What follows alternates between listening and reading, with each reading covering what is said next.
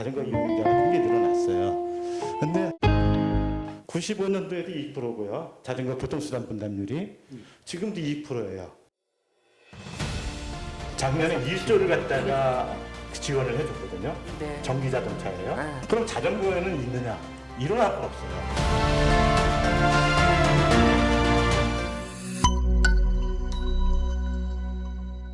지금 많이 위기라고 하지요.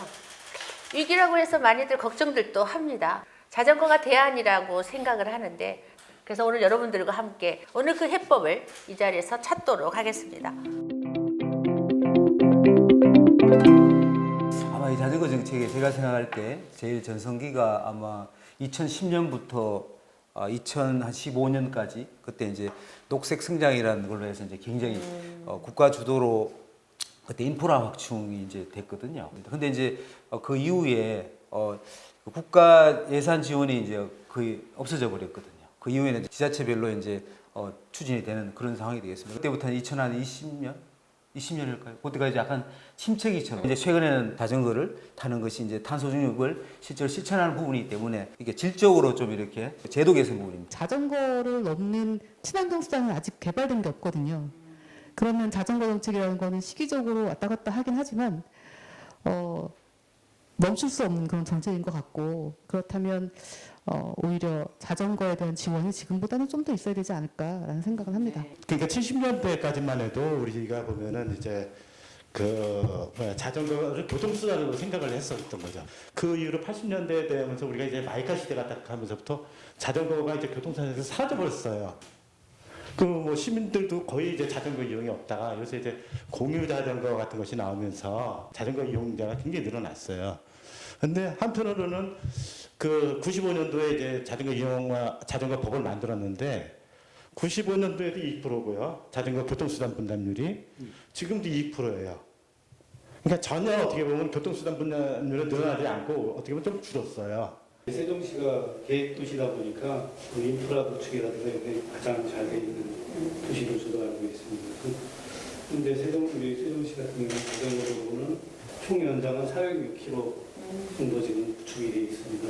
저희는 어울링 자전거가 이제 저희 세종시에 막 6,900여 대를 운영하고 있습니다. 현재 이용률이 매년 이렇게 한 100%일 정도로 이렇게 이용률이 많이 좋아졌고요. 그 자전거 도로 우리 자전거법상에 4개가 있어요. 그 중에 저 보행자 겸용 도로가 있거든요. 이게 대략 한 6% 정도 되더라고요. 이게 이제 과거 인도 있잖아요. 이거를 이제 같이 활용하는 부분이거든요. 그리고 또 이제 자전거 전용 도로가 있는데 이거는 한 5% 정도 되죠. 그러니까 많지 않습니다. 우리나라 지금 자전거 도로가 거의 대부분이 하천을 꿀미는 개념에서 그리고 이제 스포츠 레저 시설을 갖다 제공하는 어떤 그런 차원에서 많이 만들어지는데 지금 어떤 도시부는 이 자동차하고 자전거는 완전히 서로 이제 이율배반적이라고 그럴까요? 그러니까 제로섬 게임이에요. 자동차 이용이 이제 늘면 자전거는 공간이 없어지는 거거든요. 그리고 자전거가 거기에 좀 끼어들려고 그러면 막 민원이 굉장히 빗발치고요. 그러니까 자전거 담당자들이 사실은 업무가 굉장히 어려운 업무예요. 저는 자전거 도로가 참 잘 돼 있다라고 생각을 하고 있는 거고, 저는 정말 그랬었습니다. 그냥 빈말이 아니라 이명박 대통령이 제일 잘한 거는 딱 자전거 그 정책과 자전거 도로다 이렇게 생각을 했었는데, 또 오늘 좀 들어보니까 또 다른 생각도 있네요. 네, 우리는 성인 중에 자전거 못 타시는 분 진짜 많습니다. 그렇기 때문에 자전거 못 타시면서 자전거가 안전하지 않다라고 얘기하는 목소리가 또 굉장히 커요. 저는 자전거를 진짜 타고 싶어 하거든요. 자전거 탄 사람들 보면 허벅지가 막, 그래서 그 허벅지가 부러워서 자전거를 좀 타고 싶은데 가르쳐 주는 데가 없다고 그러더라고요. 지금은 서울시나 이런 지자체에서 자전거 교육들을 갖다 좀 많이 하고 이제 시작했어요. 이제 자전거 강사 양성 과정 같은 것도 있고요.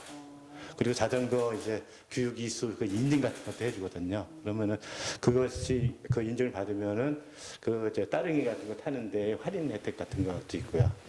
의외로 자전거 못 타시는 분들이 진짜 많구나. 네. 교육을. 근데 공공자전거 덕분에 주변에 이제 자전거들이 있으니까 자꾸 타게 돼서 문턱이 낮아진 게 있어요. 공공자전거의 어떤 그러니까 효과는 문턱을 낮췄다는 거예요. 아줌마들도 지금 많이 타요. 자전거가 수요가 늘었기는 늘었는데 아직도 좀 더 자전거를 많이 시민들이 좀 타게 이용하도록 해야 되지 않겠습니까? 그런 좀 인센티브를 제공하는 그런 정책적인 거는 고민 안 해보셨습니까? 자전거 타면 이제 탄소 배출 줄여잖아요. 그래서 이제 시민들이 출근할 때, 학교 갈 때 이걸 이제 이용하도록 하는 거죠. 공용 자전거를 무료로 타게 한다라든지 아니면 대중교통에 연계해가지고 마일리지를 준다라든지 쿠폰 같은 거 있잖아요. 그런 거 준다라든지 그런 거 일부 지자체는 하고는 있어요. 그래서 저는 제일 최고의 인센티브는 지자체가 제공하고 있는 공공자전거, 인프라 이 부분이 가장 큰 인센티브라고 생각합니다. 그거 공짜가 아니라며. 최소한으로 봐요. 죄송하지만 그거 거의 공짜입니다. 아, 진짜? 왜냐면 너무 싸요. 1년에 네. 3만 원. 아, 1년에 3만 원? 네, 지금 전기 자동차라든가 그리고 수소 자동차 이런 거 친환경차라 해가지고서 작년에 1조를 갖다가 지원을 해줬거든요. 네. 전기 자동차예요. 네. 지원금이요. 그럼 자전거에는 있느냐? 일어날 건 없어요. 자전거에. 자전거가 원래 도어투도어의 교통수단인데 그 인프라가 없는 거예요. 지금 건축을 하더라도 자전거 공간이 없어요. 건물을 짓더라도 자전거 공간이 없고. 그렇다면은 이 자전거를 갖다 이용 활성화하기 위해서는 2%를 갖다 10%로 늘린다는 거 하려면은 인센티브를 줘야 돼요. 지금 물꼬를 터준다면은 교통수단분들이 확 올라갈 거라고 봐요. 그 인센티브가 뭐냐고요? 출퇴근 수당. 네덜란드나 이런 데서는 자전거로 출퇴근을 하면 1km당 한 240원 정도 세금 혜택을 줘요. 세금 감면 같은 거요. 10km 타려면 하루 1,000원, 2,000원이 생겨나는 거죠. 이 창원시가 2009년도 10년 2년간 했어요. 엄청난 인기였어요. 근데 왜 그만뒀어요? 그 당시에 그 투명성 문제가 있었어요. 왜냐하면 자전거 안 타는 사람도 자전거 출퇴근했다고 받아가는 그런 경우도 있었고, 그러니까 그 당시 기술은 그걸 체크를 못했어요. 근데 지금은 우리가 스마트폰을 다 듣는데 스마트폰이 GPS가 있어가지고 스마트폰 켜놓고만 가면은 자전거 다 체크돼요. 자전거를 하나의 교통수단으로 본다라고 하면 다른 교통수단하고의 통합적으로 봐야지 자전거만 보면 안 되는 것 같아요. 저 한 10년 전에 제가 들은 얘기가 자전거는 우리나라에서 안 된다. 왜냐 대륙교통이 참 잘 발달했다 이게 우리나라에. 또 언덕이 많다. 고개가 많아가지고서 타기가 힘들다. 언덕 문제는 지금 전기 자전거 나와서 언덕 문제도 이제 문제가 없어져 버렸어요. 이제는 어떻게 보면 그 자전거가 안 된다는 어떤 그런 상황들이 다 없어져 버렸거든요. 그러면 앞으로 이제 가능성은 커졌다고 이제 어떤 가능성은 참 좋아지고 있다고 이제 보는 거죠 저는요. 좀 물꼬만 터준다면. 대표님 이제 뭐 2010년에 저희들은 이제 국가 자전거 길 있잖아요. 그 예산이 3천억이 넘거든요. 2015년인가 그때 우리 국가 보조금에 관한 법률 있잖아요. 그게 조금 문제가 돼가지고 그 이후에 이제 국비 지원이 이제 중단됐거든요. 그리고 이제 지금은 일반적으로 자전거는 다 아시다시피 이제 자치사항으로 이제 분류가 다 돼 있잖아요. 그러면은 이제 사실 저희들이 이제 예산 확보가 거의 어려운 부분이거든요. 네덜란드가 어떻게 보면 세계에서 가장 자전거 정책이 성공한 나라고 어떻게 보면 자전거 앰버서더라고 자전거 대사 전 세계에 이제 자기의 자전거 정책을 갖다가 홍보를 해요. 그런 인센티브도 있고요.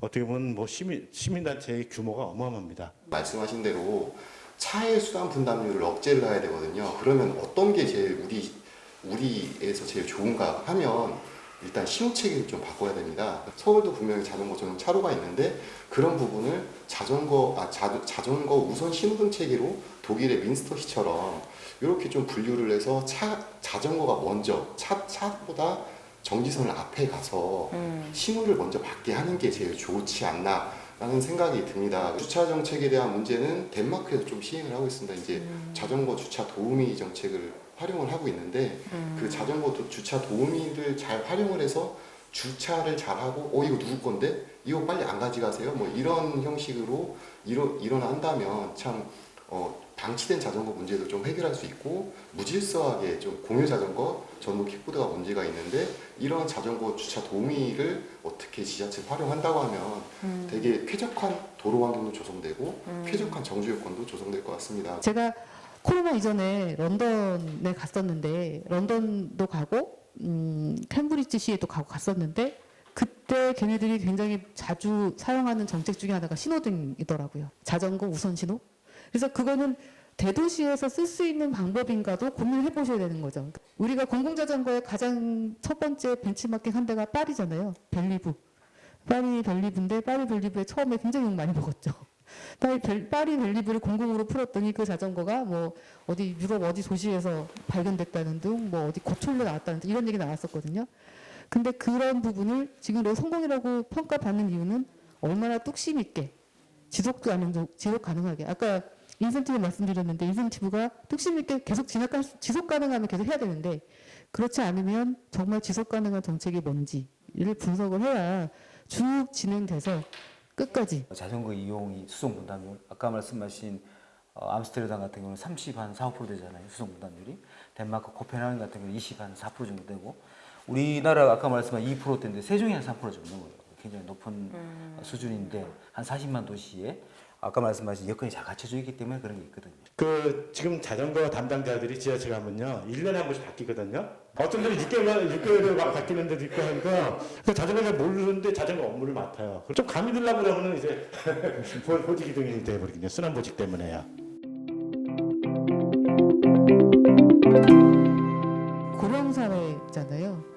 노인들한테 적합한 자전거의 형태도 개발해 주셨으면 좋겠어요. 그래서 그런 자전거가 다양화되고 여러 사람한테 친근화가 됐으면 좋겠다라는 얘기 말씀드리면서 저는 그만하겠습니다. 우리 시는 이제 여기에 만족하지는 않습니다. 더욱더 노력하기 위해서 자전거 친화 도시 1위가 되기 위해서 노력하고 있고요. 어떤 선도 도시, 어떤 성공 사례를 한도를 만들면은 그런 모든 지자체가 전부 다 거기 벤치마킹을 갔거든요. 그런 것처럼 두세 도시가 성공 사례만 만들어낸다면은 해외에 필요 없이 국내에서도 자꾸 거기 벤치마킹을 하게 될 테고 발전한 도시는 더 발전하게 되는 겁니다. 더 이제 국민 여러분 어떻게 보셨습니까? 탄소 중립, 기후 위기 대응을 위한 우리 자전거 이용 활성화에 대해서 오늘 토론을 했는데요. 자전거가 대안이라고 합니다. 국가가 나섰습니다. 또 행안부에 그 책임자가 옆에 있습니다. 여러분들이 함께 충분히 활용해서 대한민국 위기의 대한민국이 아니라 기회의 대한민국이 되도록 함께 노력하면 좋겠습니다. 수고하셨습니다.